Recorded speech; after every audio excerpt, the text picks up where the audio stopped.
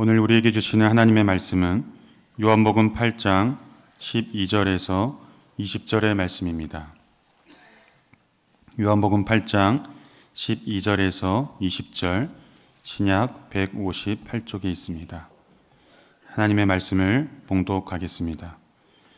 예수께서 또 말씀하여 이르시되 나는 세상의 빛이니 나를 따르는 자는 어둠에 다니지 아니하고 생명의 빛을 얻으리라. 바리새인들이 이르되 내가 너를 위하여 증언하니 내 증언은 참되지 아니하도다.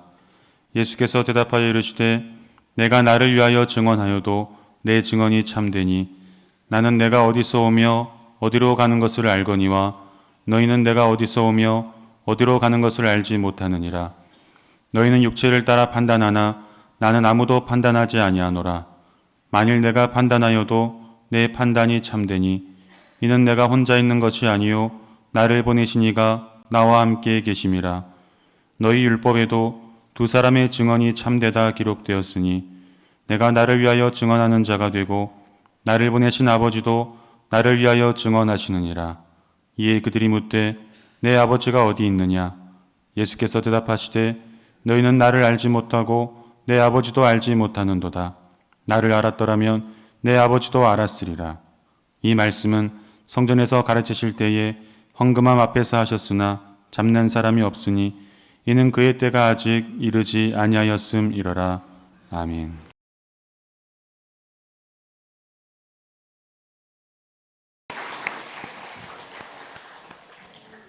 주님을 앙망하는 우리 모든 교우들에게 우리 주님이 함께 하셔서 정말 독수리가 날개치며 올라감 같이 그렇게 높이 날아오르고 또 이 세상 가운데에서 담대하게 살아가시기를 간절히 축복합니다. 지난 시간에 우리는 예수님께서 성전에서 말씀을 가르치실 때에 어려운 사건 하나를 경험한 그 이야기를 우리가 말씀해 보았습니다. 서기관과 바리새인들이 한 여자를 잡아와서 예수님 앞에 세웠습니다. 예수님 앞에 세우고서는 이 여자가 가늠하다가 현장에 잡혔는데 당신은 율법을 잘 아는 사람 아니요. 이 여자를 어떻게 하면 좋겠어? 당신은 어떻게 할 거냐고 예수님에게 따져 물었습니다. 그들은 꿍꿍이가 있었던 것이죠. 예수님을 공경에 빠뜨려서 예수님을 잡아 죽이려는 그런 계산 속에 벌인 일이었습니다. 그런 가운데 예수님은 아무도 생각지 못했던 그런 행동을 취하셨습니다. 그들이 막 이렇게 몰아붙이고 있는데 아무 말씀도 하지 않더니 몸을 굽혀서 땅바닥에다 글씨를 썼습니다. 사람들이 소리치고 예수님을 다그쳤을 때 예수님께서 마침내 말씀하셨습니다. 너희 중에 죄 없는 자가 먼저 돌로 쳐라.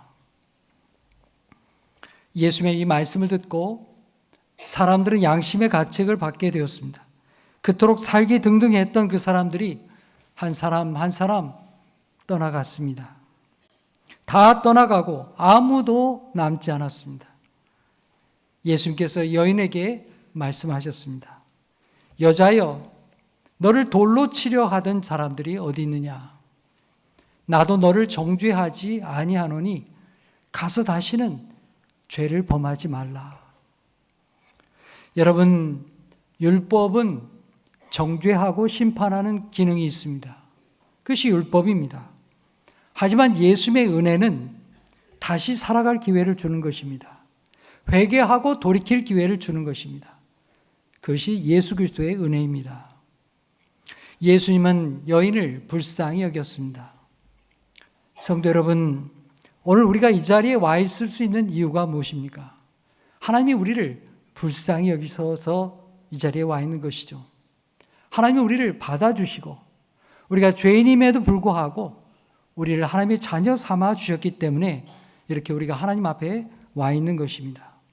사랑하는 여러분, 우리가 주님의 용서받은 자로서 우리도 주님의 말씀을 따라서 사람들을 환대하고 사랑하고 또 이 땅에서 예수 그리스도의 사람으로 살아가시기를 간절히 축복합니다. 지난 시간에 우리는 요한복음 7장 53절에서 8장 11절까지의 말씀을 보았습니다.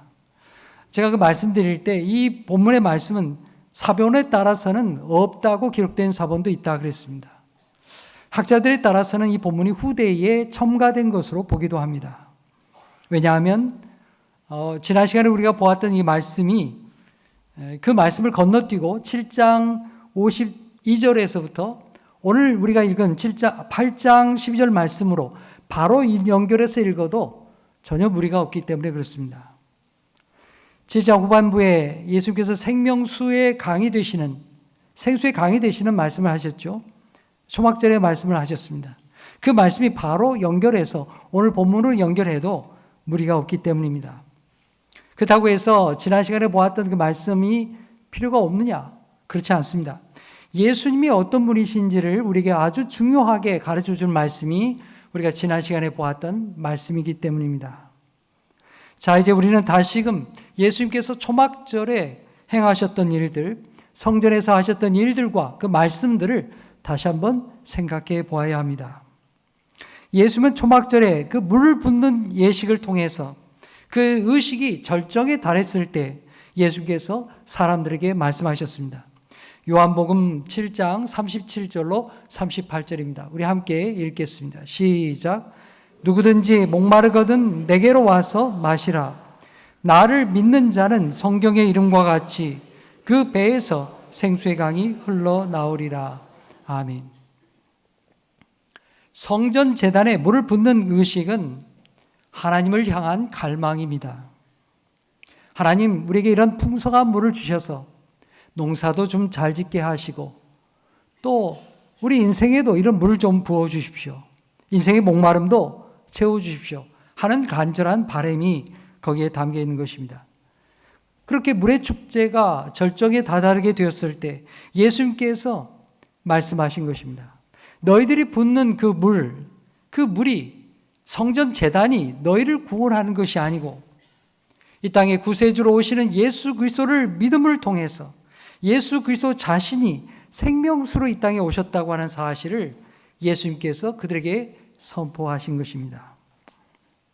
주님은 우리 육체의 갈증만이 아니라 우리 영혼의 목마름도 채워주시고 우리 죄의 문제도 해결해 주시고 우리를 하나님의 아들로 믿게 하시기 위해서 이 땅에 오신 것입니다. 이렇게 예수님은 자신이 누군지를 말씀하셨는데요. 오늘 우리가 읽은 말씀도 여전히 예수님이 누구신지에 대해서 우리에게 증언하는 말씀입니다. 예수님의 자기 선언의 말씀이 오늘 본문에 담겨 있습니다. 여러분, 요한복음의 말씀에는 예수님이 누구신지에 대해서 예수님 자신이 자기 선언하는 말씀이 나옵니다. 여러 말씀들이 나오게 되는데요.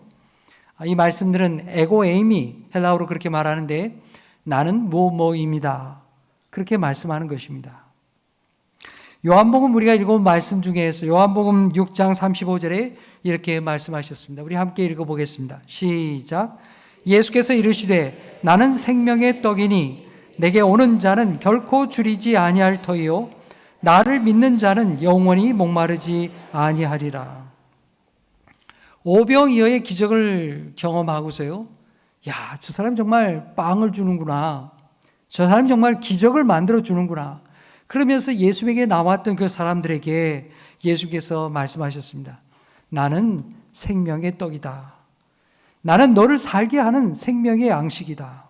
내게 오는 자는 결코 줄이지 아니할 것이다. 예수님께서 그들에게 말씀하셨습니다. 예수님 자신이 누군지에 대해서 말씀하는 것입니다. 예수님의 자기 선언의 말씀이죠. 오늘 우리가 읽었던 요한복음 8장 12절의 말씀도 똑같습니다. 제가 읽어보겠습니다. 예수께서 또 말씀하여 이르시되 나는 세상의 빛이니 나를 따르는 자는 어둠에 다니지 아니하고 생명의 빛을 얻으리라. 우선 예수님의 이 말씀이 어떤 배경에서 나왔을까? 오늘 이 예수님이 선포하신 말씀도요. 이 초막절의 풍습과 연결되어 있습니다. 이 초막절에 행하던 의식과 관련이 있어요.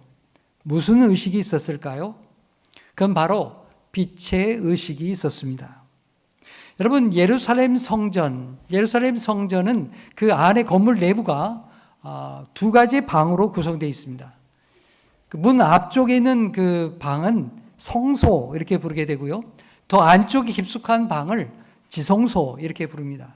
지성소 안에는 하나님의 언약궤와 하나님의 말씀 그리고 속죄소가 있죠. 어린 양의 피를 뿌려서 죄를 대속받는 그런 장소가 바로 그 지성소 안에 있습니다. 처음 마주치는 성소에는 뭐가 있냐 하면 분향단이 있습니다. 그 분향단에 향을 피우면서 하나님 앞에 기도를 올려드리는 그 장소가 있고요. 그 다음에 떡상이 있습니다. 이스라엘 백성이 일용할 양식을 주신 것을 감사해서 드리는 떡상이 있고요. 그리고 메노라라고 하는 금촛대가 있습니다. 7개의 봉우리가 달려있는 그런 금촛대가 있습니다. 이것도 뭐 작은 게 아니에요. 높이가 사람 키만큼 높은 아주 큰 금촛대가 있습니다.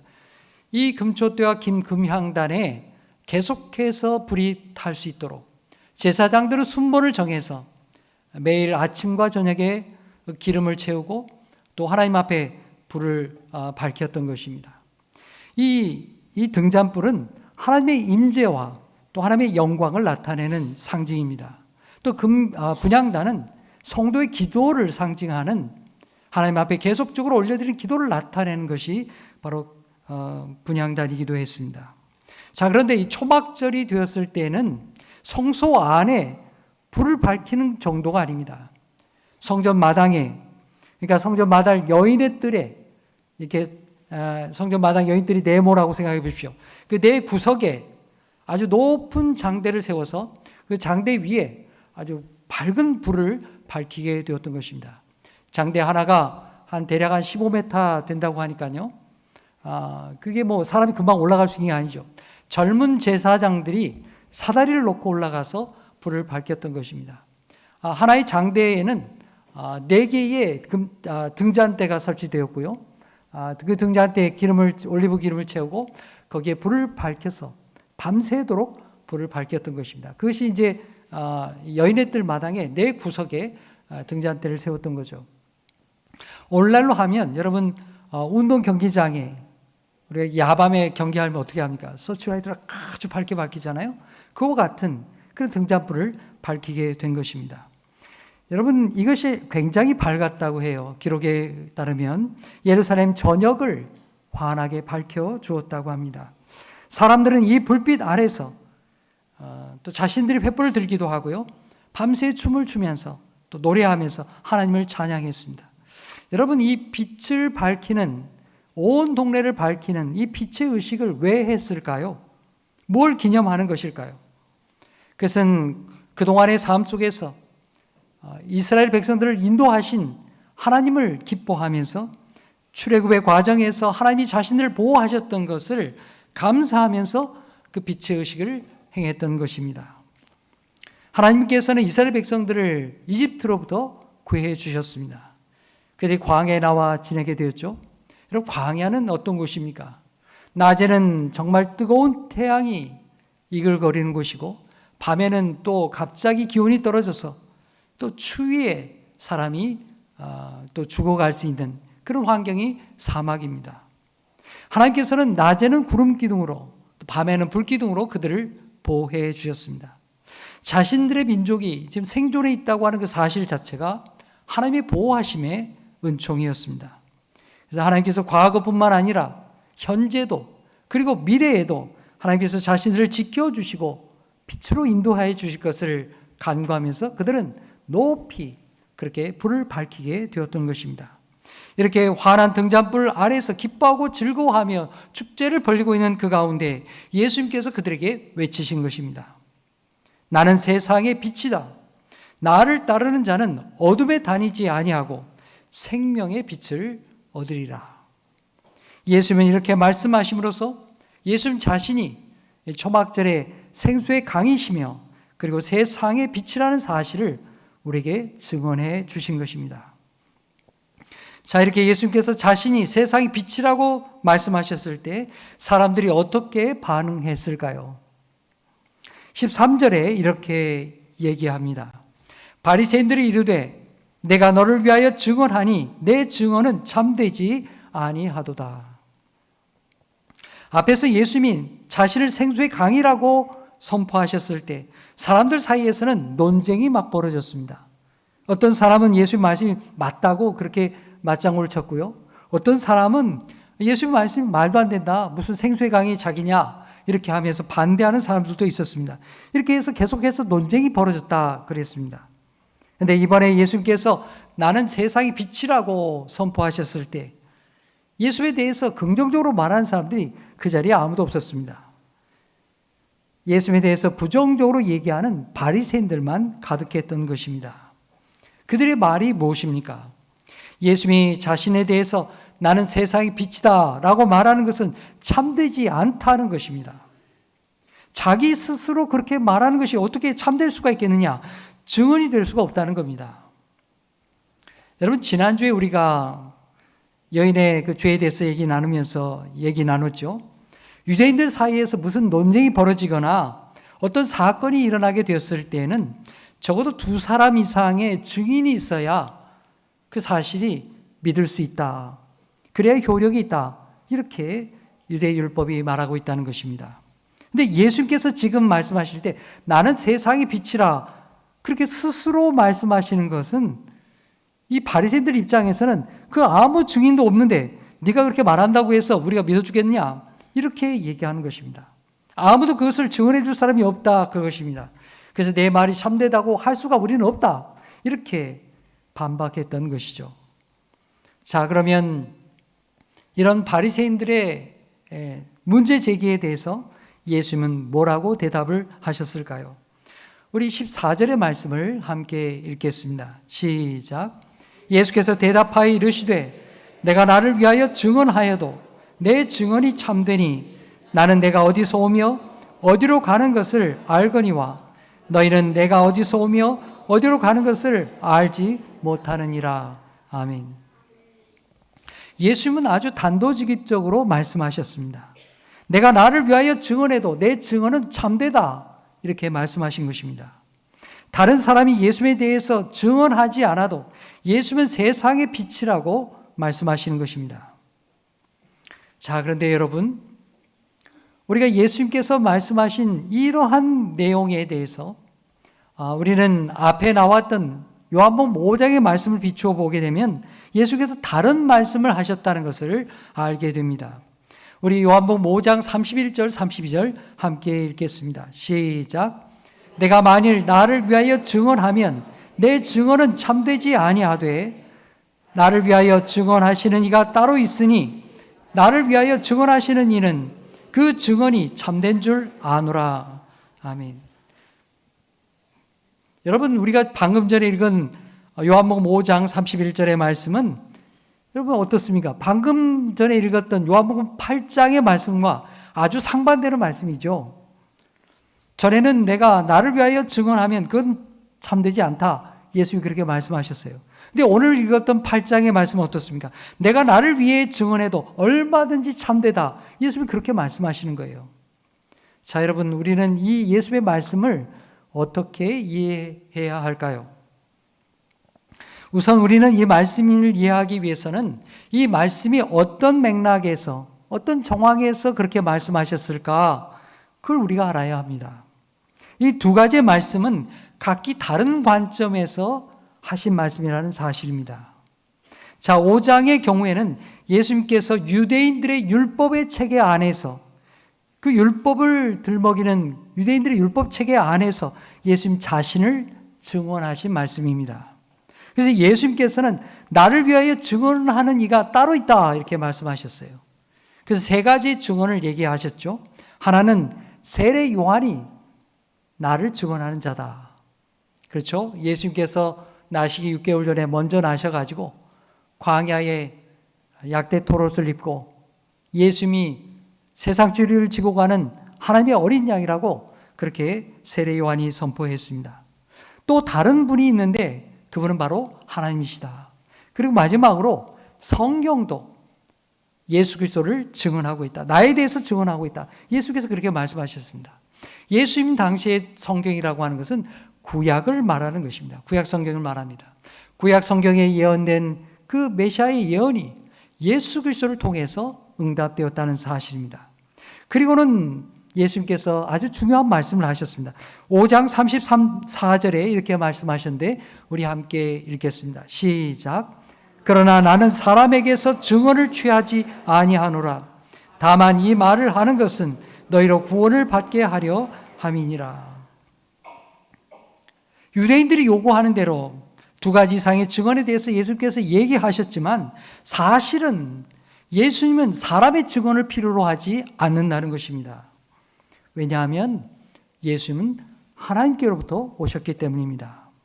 그럼 왜 예수님께서 굳이 세 가지의 증언까지 들먹이면서 얘기하셨느냐? 조금 전에 34절 읽은 말씀과 같이 그들이 회개하고 돌이키게 하기 위해서, 그들 가운데 한 사람이라도 주님께로 돌아오는 자가 있게 하기 위해서 예수님께서 그렇게 그들 율법에 맞추어 얘기하셨다는 사실입니다. 예수님께서 이렇게 율법에 따라서 증언하셨지만 그들은 듣지 않았습니다. 주님을 믿지 않았습니다. 그래서 오늘 8장의 말씀에서는 유대인들이 율법의 테두리 안에서가 아니라 이제는 하나님의 관점에서, 이 땅에 오신 하나님의 아들 예수 그리스도의 관점에서 이제 예수님께서 말씀을 선포하시는 것입니다. 자, 우리 14절 말씀 다시 한번 읽겠습니다. 시작.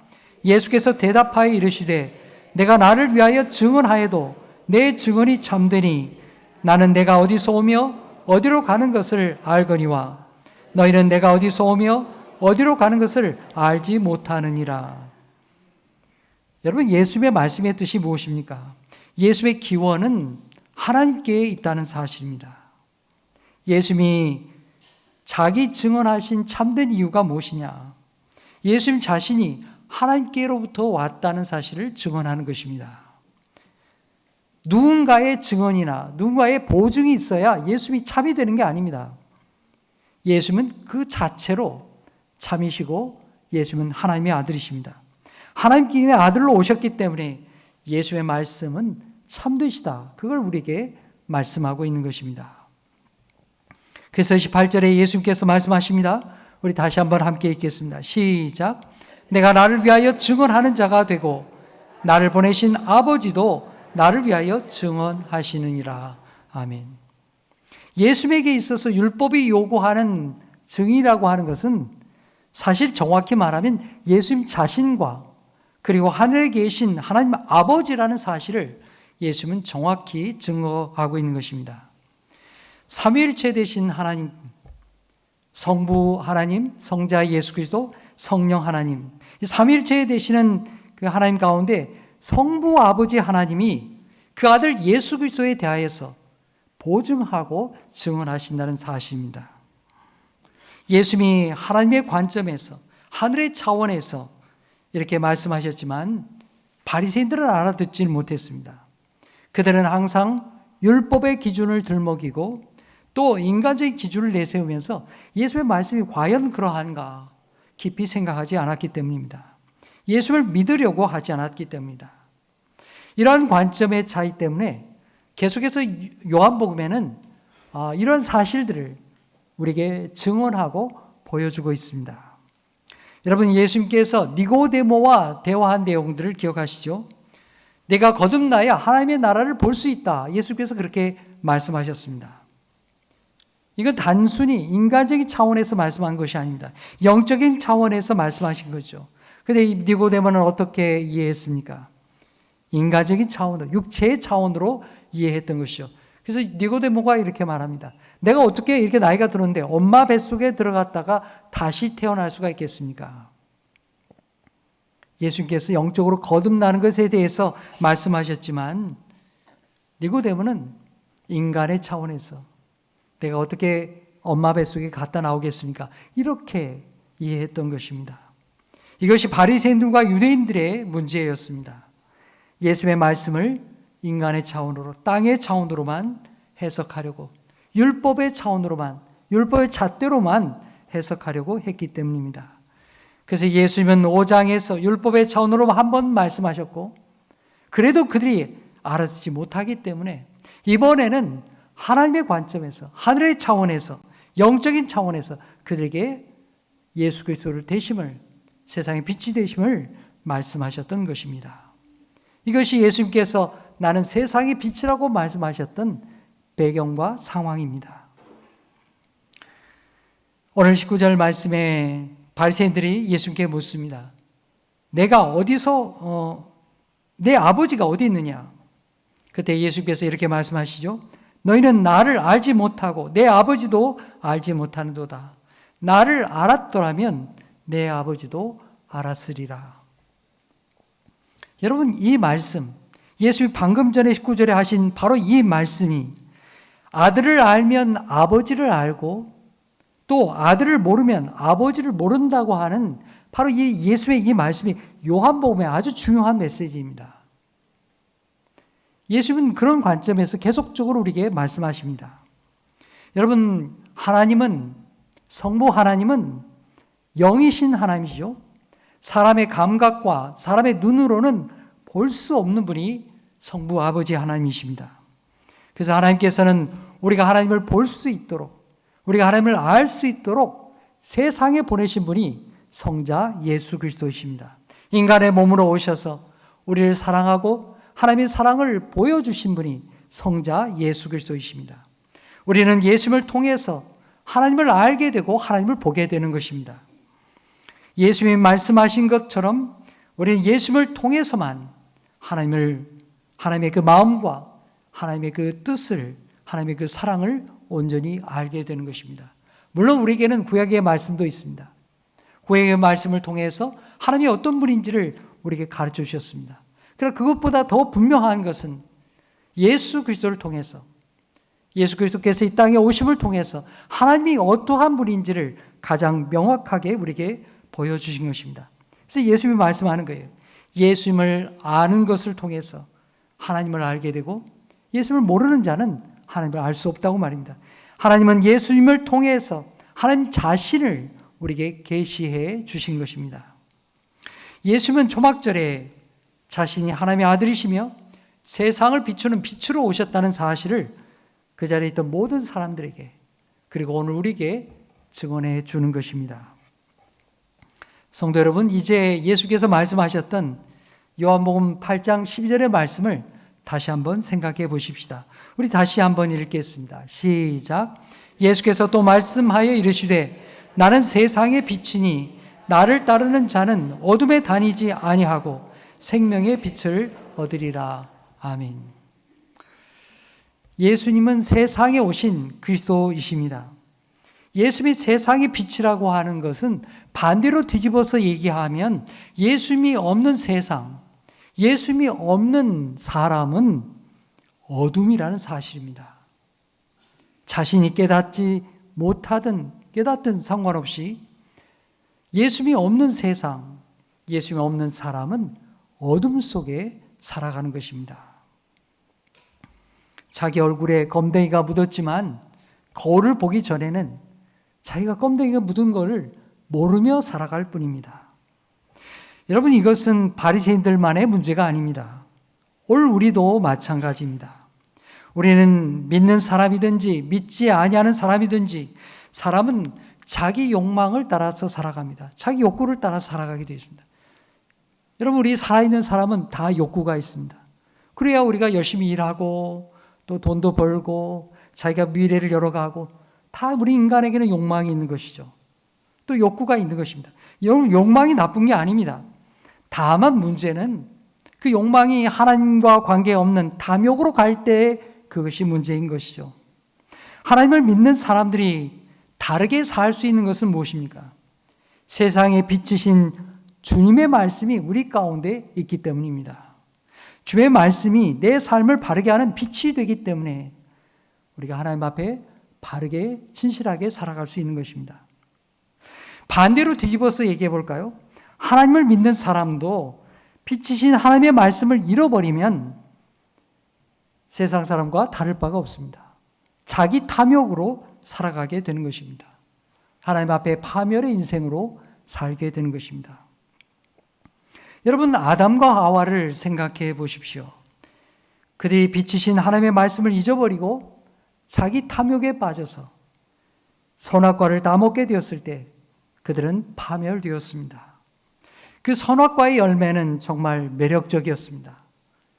정말 먹음직스럽고 또 보기에도 탐스러웠습니다. 하지만 그들이 자기 욕망을 따라서 그 탐욕에 빠지게 되었을 때, 그 열매를 먹었을 때 하나님께서 주셨던 모든 것이 다 부서지고 말았습니다. 모든 것을 잃었습니다. 여러분, 이스라엘의 초대 왕이었던 사울 왕을 생각해 보십시오. 그는 당시에 모든 사람들보다 뛰어난 사람입니다. 모든 걸 다 가졌습니다.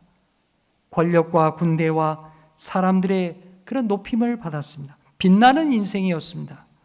그런데 그는 자신의 욕망과 그 탐욕과 그 권력을 의지하면서 빛이신 하나님의 말씀을 잊어버렸습니다. 어둠 속에 살았습니다. 선지자 사무엘이 말을 해도 듣지 않았습니다. 그래서 그의 마음은 점점점 어두워져 갔습니다. 하나님의 말씀이 들리지 않았습니다. 결국에 그는 신접한 여인을 찾아갔습니다. 무당을 찾아다녔습니다. 그리고 그 결과는 파멸과 죽음이었습니다. 여러분, 최근에 어느 대형 교회의 장로님이 뉴스에 오르내리고 있습니다. 그는 국가 조찬 기도회를 주도하는 그런 인물입니다. 아주 유명한 분입니다. 그런데 최고 권력자에게 뇌물을 주었습니다.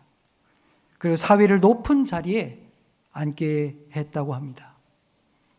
하나님을 믿었지만, 하나님을 높이 있는 사람이라고 했지만 사실은 자기 탐욕으로 살아온 것 아니겠습니까? 자기 권력과 그 욕망을 따라 산 것이죠. 그리고 그것이 온 세상의 뉴스거리가 되었습니다. 얼마나 부끄럽고 어두운 인생입니까? 성도 여러분, 우리 인생은 주님을 바로 알기 전까지는, 주님의 빛에 우리가 서기까지는 우리는 여전히 어둠 속에 있습니다. 요한복음 1장 5절에 우리에게 말씀하십니다. 빛이 어둠의 빛이래 어둠이 깨닫지 못하더라. 여러분, 이스라엘 사람들이 하나님 이름 몰랐던 건 아닙니다.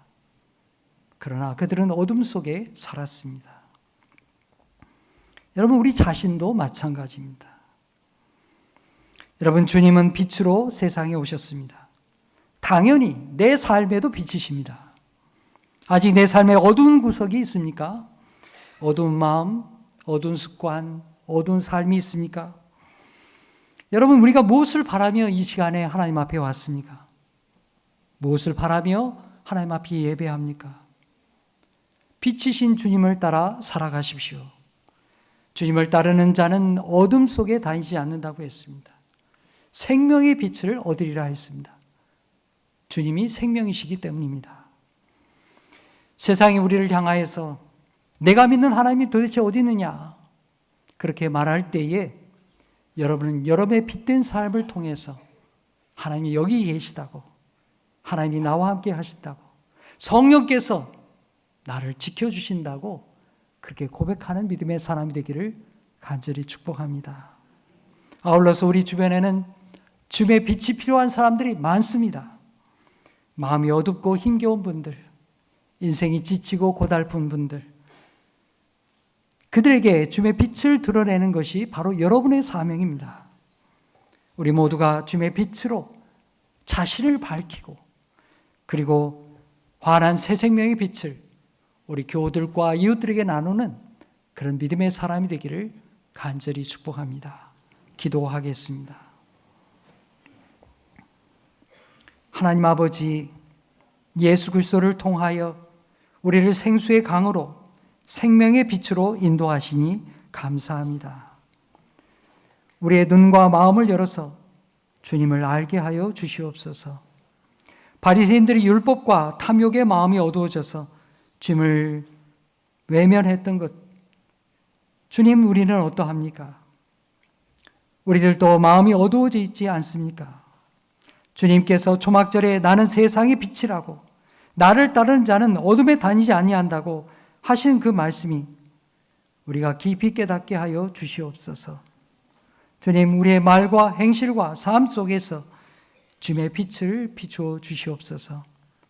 어두운 것들을 물리치게 하시고 생명의 빛이신 주님의 말씀이 우리 심령을 밝게 비추어 주셔서 우리가 있는 곳을 따뜻하게 하며 환한 생명으로 가득하게 하는 주님의 사람들이 되게 하여 주시옵소서. 예수의 이름으로 기도하옵나이다. 아멘.